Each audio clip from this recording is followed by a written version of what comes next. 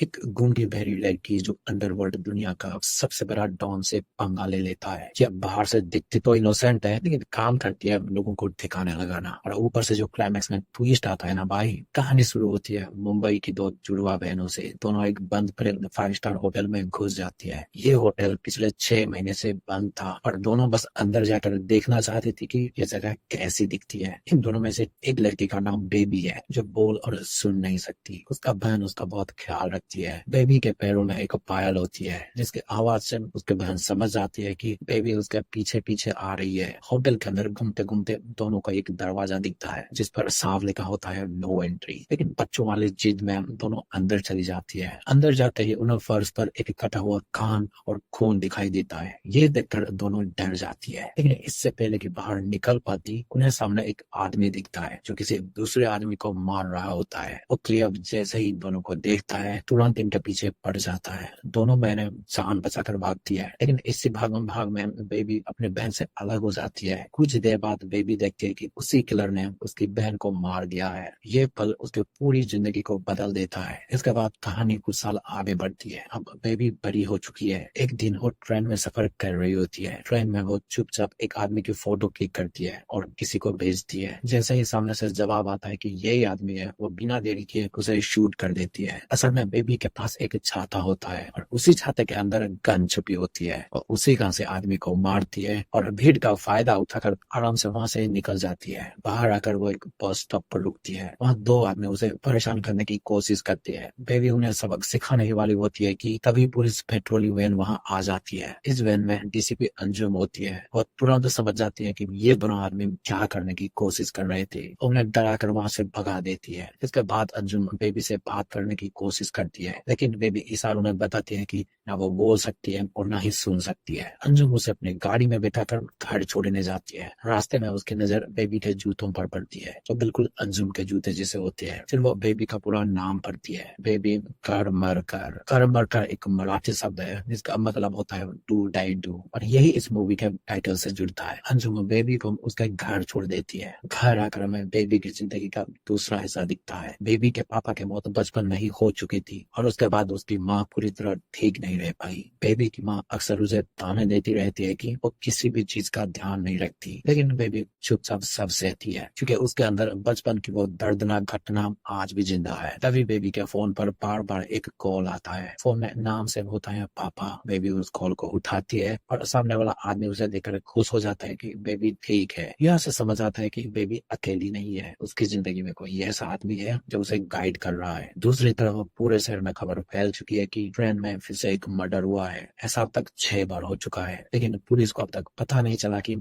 ये सारे मर्डर कौन कर रहा है। इसके बाद कहानी में सिद्धू की एंट्री होती है। सिद्धू बेबी के पड़ोस में रहता है। वो मुंबई सिंगर बनने आया था, लेकिन फिलहाल बच्चों को सिंगिंग सिखाता है। सिद्धू को बेबी से प्यार है, और ये प्यार आज का नहीं, काफी पुराना है। जब सिद्धू पहली बार मुंबई आया था, तब किसी ने उसका वॉलेट चुरा लिया था। उसके पास बस टिकट के पैसे भी नहीं बचे थे। तब बेबी ने उसकी मदद की थी और उसके पैसे पे किए थे। उसी दिन से सिद्धू को बेबी अच्छी लगने लगी थी। बाद में पता चला कि बेबी बोल और सुन नहीं सकती, लेकिन इससे उसका प्यार पर कोई फर्क नहीं पड़ा। वो आज भी उससे बात करने की कोशिश करता रहता है। बेबी भी जानती है कि सिद्धू से प्यार करता है, लेकिन वो इस बात को ज्यादा इंपॉर्टेंस नहीं देती, क्योंकि उसकी जिंदगी में कोई नॉर्मल लव स्टोरी नहीं है। अब कहानी बेबी के काम की तरफ आती है। पापा नाम का आदमी जफर से मिलने जाता है। जफर एक बड़ा बिल्डर है, लेकिन उसका प्रोजेक्ट पूरी तरह इलीगल है। वो चाहता है कि बंटी नाम का आदमी अपना नाम इस प्रोजेक्ट में इस्तेमाल करने दे, ताकि फ्लावर्स बेचे जा सके। बंटी इसके लिए मना कर देता है, तो जफर उसे धमकाने लगता है। दूसरी तरफ जफर का भाई लकी भी एक बड़े बिल्डर मुजरानी को इस प्रोजेक्ट में शामिल करना चाहता है, लेकिन मुजरानी ना सिर्फ उसे मना करता है, बल्कि उसके इंसल्ट भी कर देता है। लकी ये बात जफर को बताता है। जफर अपने भाई से बहुत प्यार करता है, इसलिए वो गुस्से में पापा से कहता है कि मुजरानी को खत्म करना होगा। पापा ये सुनकर थोड़ा हैरान हो जाता है, क्योंकि अब तक वो लोग भीड़ में छोटे मोटे कॉन्ट्रैक्ट लेकर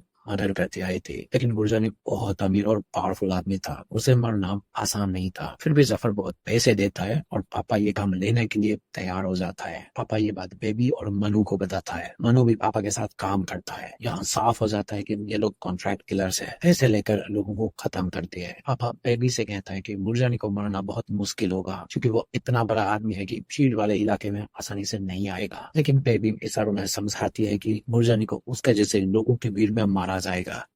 इसके बाद ये लोग बुर्जानी बर्क नजर रखना शुरू करती है। उन्हें पता चलता है कि बुर्जानी को उन लड़कों में इंटरेस्ट है और वो हर वीकेंड एक नए लड़के को लेकर एक क्लब में जाता है जहाँ लड़कियों की एंट्री नहीं होती। इसलिए मनु डिसाइड करता है कि वो अंदर जाएगा और बुर्जानी को मारेगा। मनु क्लब पहुंचता है, वहाँ तेज म्यूजिक, भीड़ और हंगामा होता है। बुर्जानी भी वहाँ एक लड़के के साथ मौजूद होता है, लेकिन मनु बहुत घबरा जाता है। मौका होने के बाद भी वो बुर्जानी को मार नहीं पाता। बाद में बुर्जानी अपने बॉडीगार्ड के साथ बाहर आता है। वहाँ उसे एक लड़की बेहोश पड़ी दिखाई देती है। बुर्जानी उसे उठाने की कोशिश करता है और बॉडीगार्ड से पानी लाने को कहता है, लेकिन जैसे ही बॉडीगार्ड पानी लेने जाता है बुर्जानी की मौत हो जाती है। असल में वो लड़की और कोई नहीं, बेबी थी। उसने वहीं पर मौका देखकर बुर्जानी को खत्म कर दिया। बुर्जानी की मौत के बाद उसकी शोक सभा में डीसीपी अंजुम पहुंचती है। वहाँ उसकी मुलाकात बुर्जानी की पत्नी मंजू से होती है। मंजू अंजुम से कहती है कि उसकी और बुर्जानी की शादी भले ही अलग तरह की थी, लेकिन इसका मतलब ये नहीं है कि वो उसके कातिल को छोड़ देगी। वो चाहती है कि पुलिस किसी भी हालत में बुर्जानी के किलर को पकड़े। इसी बीच सिद्धू बेबी से शादी करना चाहता है। वो बेबी के माँ के पास जाता है और शादी की बात करता है। शुरू में बेबी की माँ उसे डांटती है, लेकिन सिद्धू अपनी सच्चाई और अपने कारनामों से उन्हें इम्प्रेस कर देता है। बेबी जब इन दोनों को साथ में हंसते बोलते देखती है तो उसे भी लगता है कि शायद सिद्धू के साथ उसकी जिंदगी थोड़ी नॉर्मल हो सकती है। बेबी पापा को बताती है कि वो शादी करने वाली है। पापा उसे पूछता है कि क्या शादी के बाद वो काम छोड़ देगी। बेबी साहब कहती है कि नहीं, वो काम कंटिन्यू रखेगी। इसके बाद बेबी और सिद्धू की शादी हो जाती है। शादी की रात सिद्धू बेबी से कहता है कि उसने उससे तरस खाकर शादी नहीं की है, वो सच में उससे प्यार करता है और बेबी के करीब आने की कोशिश करता है, लेकिन बेबी सो जाती है। सिद्धू उसे फोर्स नहीं करता और चुपचाप दूसरी जगह जाकर सो जाता है। यहाँ सिद्धू का प्यार बहुत साफ दिखता है। वो बेबी को पाना चाहता है, लेकिन उसकी मर्जी के बिना कुछ भी नहीं करना चाहता। दूसरी तरफ डीसीपी अंजुम बुर्जानी की मौत वाली सीसीटीवी फुटेज देख रही होती है। फुटेज में उसे किलर के जूते दिखाई देते हैं। अंजुम को तुरंत याद आता है कि बेबी के जूते भी ऐसे ही थे। उस दिन गाड़ी में बैठते समय उसने खुद देखा था कि उसके और बेबी के जूते सेम थे। यही अंजुम को बेबी पर शक होने लगता है। इधर पापा और मनु की परेशानी बढ़ जाती है। मोरे नाम के एक आदमी को उनके फ्लैट से उनके खिलाफ बहुत सारे सबूत मिल गए हैं और अब वो उन्हें ब्लैकमेल कर रहा है। पापा कहते हैं कि मोरे को खत्म करना होगा। मनु बोलता है कि ये काम वो करेगा क्योंकि बेबी की अब अभी शादी हुई है और उसे अपनी जिंदगी में रहने देना चाहिए। मनु कोर्ट पहुंचता है और मोरे काम करता है, लेकिन गलती से वो किसी और आदमी को मोरे समझकर शूट कर देता है। बाद में उसे अपने गलती का एहसास होता है और वो टूट जाता है। पापा को भी ये बात बहुत बुरी लगती है। जब बेबी घर आते हैं तो उसे पता चलता है कि मनु ने जिस आदमी को गलती से मारा था वो कॉलोनी में रहने वाले फैजू नाम के लड़के का पापा था। फैजू अपने पापा की मौत से इतना टूट चुका होता है कि वो गन खरीद लेता है ताकि अपने पापा के किलर से बदला ले सके। बेबी उसे रोकती है और नहीं चाहती कि इतनी छोटी उम्र में फैजू भी उसी अंधेरे रास्ते पर चले जाए जिस रास्ते पर वो खुद चल रही है। बेबी फैजू को समझाकर अपने घर ले आती है। इसी बीच से जो बेबी से कहता है कि उन्हें एक बड़ा घर लेना चाहिए ताकि सब आराम से सो रह सके और बेबी से भी कहता है कि वो घर देखने में हेल्प करे। फिर बेबी को असली मोरे का पता चल जाता है। मोरे एक डीलर भी है और आज वो किसी क्लाइंट को घर दिखाने आया है। बेबी उसका पीछा करती है और मौका देकर उसे शूट कर देती है, लेकिन तभी उसे पता चलता है कि मोरे जिस क्लाइंट से मिलने आया था वो और कोई नहीं, उसका पति सिद्धू था। सिद्धू वही घर दिखने आया था। सिद्धू मर्डर देखकर बहुत डर जाता है। बेबी उसे इस हालत में देखती है तो उसके अंदर पहली बार बहुत गहरा गिल्ट आता है। घर लौटकर वो सिद्धू को इतना डरा हुआ देखती है कि उसे शांत करने के लिए उसे किस करती है। सिद्धू थोड़ा नॉर्मल होता है, लेकिन बेबी के अंदर अब सब बदलने लगता है। अब उसे महसूस होता है कि शायद उसे ये काम छोड़ देना चाहिए। बेबी को हमेशा लगता था कि कॉन्ट्रैक्ट लिंक करते करते एक दिन उसे अपने बहन का किलर मिल जाएगा, लेकिन अब सिद्धू से प्यार होने के बाद वो पहली बार जीना चाहती है। वो पापा के पास जाती है और साफ कह देती है कि अब वो ये काम नहीं करना चाहती है। अब उसे समझाता है कि ये रास्ता ऐसा नहीं है जहाँ कोई अपनी मर्जी से बाहर निकल सके। वो कहता है कि उनके बिजनेस में इनकमिंग होता है, आउटगोइंग नहीं। मतलब जो अंदर आ गया वो और बाहर नहीं जाता। पापा ये भी बताता है कि उनके ऊपर बहुत बड़े लोग हैं और अगर उन्हें पता चला कि बेबी काम छोड़ना चाहती है तो अंजाम बहुत बुरा हो सकता है। लेकिन बेबी अपना फैसला नहीं बदलती। पापा आखिर में उसे जाने देता है क्योंकि वो बेबी को बेटी जैसा मानता है। वो कहता है कि वो बाकी लोगों को संभाल लेगा। बेबी वहां से चली जाती है। उसे लगता है कि अब वो अपनी जिंदगी फिर से शुरू करेगी, लेकिन उसी वक्त एक बड़ा सच सिद्धू के सामने आ जाता है। सिद्धू घर में बेबी का छाता लेकर मजाक मजाक में डांस कर रहा होता है। तभी गलती से छाते से गोली चल जाती है। सिद्धू समझ जाता है कि इस छाते में गन छुपी है और शौक में होता है कि तभी डीसीपी अंजुम भी वहां आ जाती है। अंजुम सिद्धू से कहती है कि उसे बेबी से बात करनी है क्योंकि उसे लगता है कि बेबी एक मर्डर में इन्वॉल्व है। सिद्धू ये सुनकर और ज्यादा टूट जाता है। अंजुम उसे कह कर जाती है कि जैसे ही बेबी आए और उसे कांटेक्ट करे। जब बेबी घर आती है तो सिद्धू को उसकी सच्चाई पता चल चुकी होती है। सिद्धू चाहता है कि बेबी पुलिस के पास आए, लेकिन बेबी ऐसा नहीं करना चाहती। वो सिद्धू को डराने की कोशिश करती है, लेकिन सिद्धू नहीं डरता। फिर वे कुछ देर बाद वो खुद फैसला करता है कि बेबी को पुलिस के पास नहीं ले जाएगा, क्योंकि सच जानने के बाद भी उसका प्यार खत्म नहीं हुआ। तभी बेबी को लकी का वीडियो कॉल आता है। लकी उसे दिखाता है कि उसने पापा को अपने कब्जे में ले लिया है। वो धमकी देता है कि अगर बेबी ने उसकी बात नहीं मानी तो वो पापा को मार देगा। लकी बेबी को बंटी की डिटेल्स भेजता है और कहता है कि उसे जाकर बंटी को खत्म करना होगा। बेबी पापा को बचाने के लिए वहां पहुंचती है, लेकिन वहां जाकर उसे पता चलता है कि ये एक जाल था। लकी और उसका आदमी पहले से वहां मौजूद थे। उनका प्लान बेबी से बंटी को मरवाने का नहीं, बल्कि बेबी को खत्म करने का था। लेकिन बेबी इतनी आसानी से फंसने वालों में से नहीं है। वो चालाकी से दोनों को मार देती है। अब बेबी समझ जाती है कि उसने जफर के भाई लकी को मार दिया है। इसका मतलब जफर अब चुप नहीं बैठेगा। अब खतरा सिर्फ बेबी पर नहीं, उसकी पूरी फैमिली पर है। इसलिए बेबी सिद्धू और बाकी लोगों को लेकर दूसरी जगह छुपने चली जाती है। बेबी मंजू और मनु से कहती है कि वो उसके घर जाकर पैसे ले आए ताकि सब शहर छोड़कर निकल सके। इसी दौरान बेबी को लगता है कि अगर सिद्धू उसे प्यार नहीं करता होगा। वो सिद्धू से कहती है कि जैसे ही वो अपनी फैमिली को सेफ जगह भेज देगी दोनों अलग हो जाएंगी, लेकिन सिद्धू साफ मना कर देता है क्योंकि वो अभी भी बेबी से प्यार करता है। ये देखकर बेबी को पहली बार थोड़ी उम्मीद मिलती है। उधर जब बेबी और सिद्धू घर पर नहीं होते तभी जफर वहां पहुंच जाता है। जफर मनु से पूछता है कि बेबी कहाँ है, क्योंकि अब वो उसे मारना चाहता है। मनु उसे बताता है कि बेबी अपने पति को लेकर भाग गई। मनु गुस्से में आकर पूरे घर को आग लगा देता है। इस आग में बेबी की माँ, मनु और गोली भी मारे जाते हैं। गोली वही आदमी था जिसके घर में ये लोग छुपे हुए थे। जब बेबी को ये सब पता चलता है तो वो पूरी तरह टूट जाती है और इसी दुख में वो पहली बार अपने पति से बात करती है। और भाई यही मूवी का सबसे बड़ा सच सामने आता है। अब तक हम जिसे बेबी समझ रहे थे वो असल में बेबी नहीं थी, और बेबी की जुड़वा बहन थी जिसे सब दीदी कहते थे। बचपन में उस रात होटल में जो मरी थी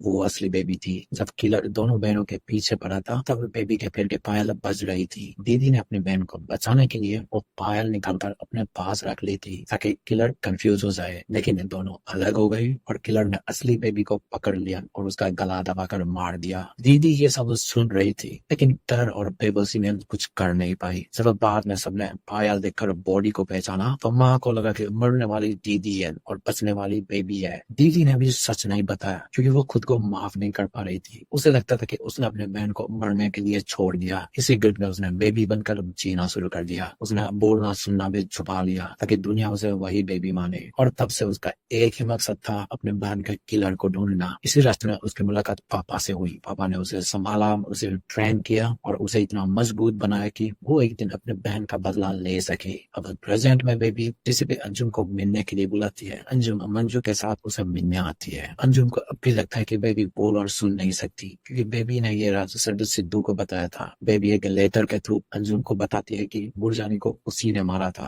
लेकिन ये काम उसने जफर के कहने पर किया था। और ये भी कहते हैं कि अगर उन्हें जफर चाहिए तो वो उन्हें जफर तक पहुंचा सकती है, बल्कि मरा हुआ जफर देना ज्यादा बेटर होगा। मंजू ये सुनकर तैयार हो जाती है क्योंकि वो अपने पति के किलर को किसी भी हालत में सजा दिलाना चाहती है। अब बेबी जफर को उसी पुराने होटल में बुलाती है जहाँ सालों पहले उसके बहन की मौत हुई थी। जफर वहां पहुंचता है, लेकिन अब होटल पहले जैसा खाली नहीं है। जगह खंडहर बन चुकी है और बहुत सारे गरीब लोग वहां रहने लगे हैं। बेबी यही चाहती थी क्योंकि भीड़ में किसी को मारना उसके लिए हमेशा आसान रहा है। जफर बेबी के दिए हुए साइन फॉलो करते हुए ऊपर आता है। वहाँ बेबी उसका इंतजार कर रही होती है और यही पता चलता है कि जब बेबी ने जफर को देखा था तब उसका एक कान को देखकर वो समझ गई थी कि यही उसके बहन का किलर है, क्योंकि बचपन में होटल में उसे कटा हुआ कान दिखाई दिया था। वही क्लू उसके दिमाग में हमेशा के लिए रह गया था। अब बेबी और जफर के बीच फाइट होती है। जफर बहुत ताकतवर है, वो बेबी को पूरी तरह पीटता है। तभी सिद्धू वहां पहुंचता है और बेबी को बचाने की कोशिश करता है। सिद्धू जफर से लड़ता है, लेकिन जफर उसे भी मारने वाला होता है। उसी वक्त बेबी फिर से उठती है और जफर को शूट कर देती है। जफर वहीं मर जाता है। मंजू खुश होती है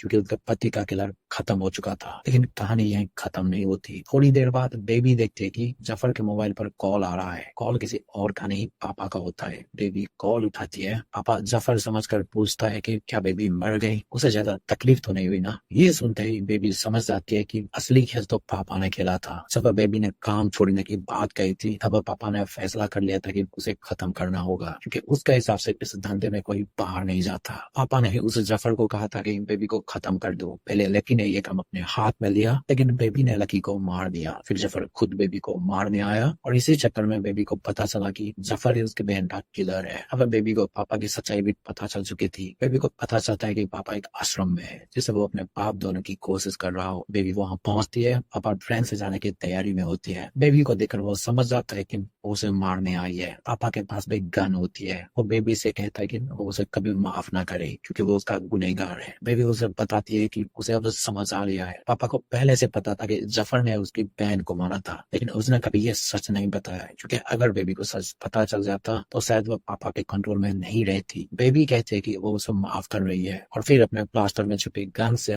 पापा को शूट कर देती है। फिर बेबी वहां से चली जाती है। इसके बाद वो सिद्धू से मिलती है। सिद्धू से पूछता है कि अब आगे का क्या प्लान है। बेबी कहती है कि अब उसके पास कोई प्लान नहीं है। तभी डीसीपी अंजुम का कॉल आता है। अंजुम कहती है कि वो उसे एक और आदमी की डिटेल्स भेज रही है जिसे जाकर खत्म करना होगा। मतलब जो काम बेबी पहले कॉन्ट्रैक्ट किलर बनकर करती थी, अब वही काम वो पुलिस के लिए करने वाली है। और इसी के साथ मूवी यहाँ खत्म हो जाती है। आखिर में ये कहानी सिर्फ बदले की नहीं, एक गिल्ट, पैशन और उस दर्द की कहानी है जिसे एक इंसान सालों तक अपने अंदर लेकर जीता रहता है। बेबी ने अपने बहन का बदला तो ले लिया, लेकिन जिस अंधेरे रास्ते पर वो चल चुकी थी उससे बाहर निकलना अभी आसान नहीं था। ठीक है, तो भाई बस ये था बेबी 2 मूवी का एक्सप्लेनेशन। अगर आपको ये वीडियो अच्छा लगा हो तो वीडियो को लाइक, शेयर और चैनल को सब्सक्राइब कर दो। सारा फिर मिलता है अगले वीडियो में। बाय।